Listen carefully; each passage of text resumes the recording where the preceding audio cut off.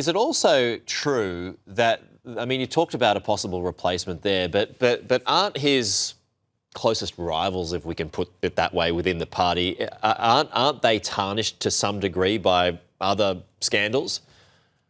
Yes, they are, and that's why I think it'll be after the local elections in May when things will get much more difficult for Keir Starmer. There's some of them at the moment, some of those rivals, Angela Rayner I mentioned with her tax problems, but also Wes Streeting, Streeting, the yeah. health secretary here in the UK, who has been very close to Peter Mandelson, the member of the House of Lords, who was so close and is called, in fact, his best pal, he said, of Jeffrey Epstein. So all of that continues to overshadow this. And the fact that Keir Starmer appointed Lord Mandelson in the first place to be the UK ambassador to America and then had to sack him, well, that's really at the crux of all of this, his judgment in all of this. But there are lots of other problems as well. Well, Domestic policy, international policy. Keir Starmer not in control at the moment, and so many of his backbenchers as well, those who he should be telling what to do, well, they're telling him what to do in so many different areas: welfare, the NHS, and ideas like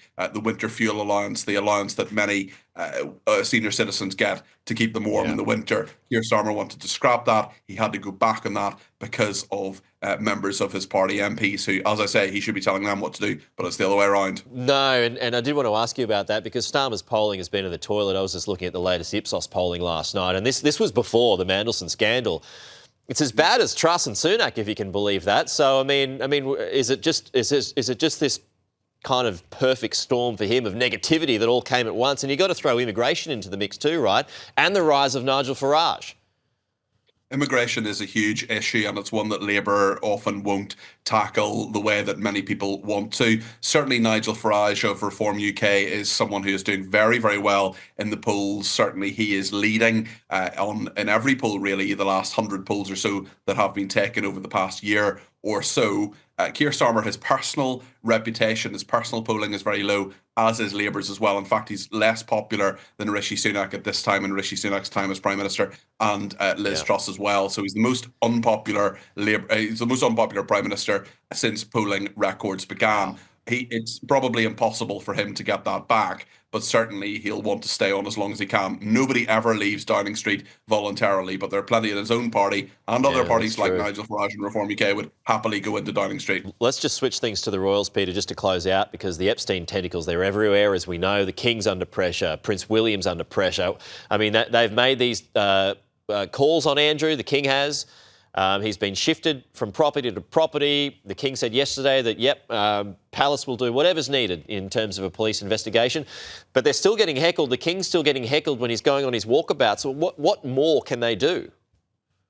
Yes, a number of walkabouts. The King has been heckled, and in Saudi Arabia, Prince William asked those questions about his uncle Andrew. Certainly, it was pretty unprecedented actually for the palace to say that they would cooperate with Thames Valley Police, one of the major police forces that's looking into Andrew's links to Epstein at the moment. Clearly, what they want is for Andrew to say that he will cooperate, that he will perhaps give evidence to the congressional hearings in the way that Bill and Hillary Clinton have U-turned over and now said they will. That doesn't seem to be coming from Andrew. And how much pressure the King, having stripped him of everything, his titles, his home, and his income, I wonder how much pressure the King can actually put on his brother, who's known to dig in, be very stubborn, and I'm sure thinks he has done nothing wrong, continues to deny doing anything wrong, but that's not the opinion of the vast majority of people. That's true. Peter Cardwell, good to have you with us this morning. Appreciate that. We'll talk to you soon.